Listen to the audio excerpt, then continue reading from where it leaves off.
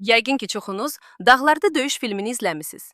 Bu filmin bir səhnəsi çox insanlar üçün sual altında qalıb. Həmin səhnə isə Fərruxun atası Sərxanı zastavaya təslim etmə səhnəsi olmuşdur. Bu səhnədə görürük ki, ata təslim olandan sonra film bitir. İndi biz sizə filmin niyə belə sonlandığını sizə təqdim edirik. Sovet dövründə əsir düşənlərin repressiyası kimi mövzular həssas idi. Rejissor və ssenarist Əhməd Ağa Qurbanov tamaşaçıya vətən prioritetdirmi, yoxsa ailə sualını buraxaraq düşünmək imkanı verir. Sərxan haqsızlıq çəkmiş kimi görünsə də, sərhəd pozuntusu faktı var. Tikanlı Məftillər povestində də hadisələr filmlə oxşar istiqamətdə inkişaf edir və filmin finalı povestin ruhuna uyğundur. Povestdə də sonrakı aqibət yoxdur. Filmin məqsədi konkret cavab vermək yox, emosional gərginliyi və vətənpərvərlik mesajını saxlamaqdır.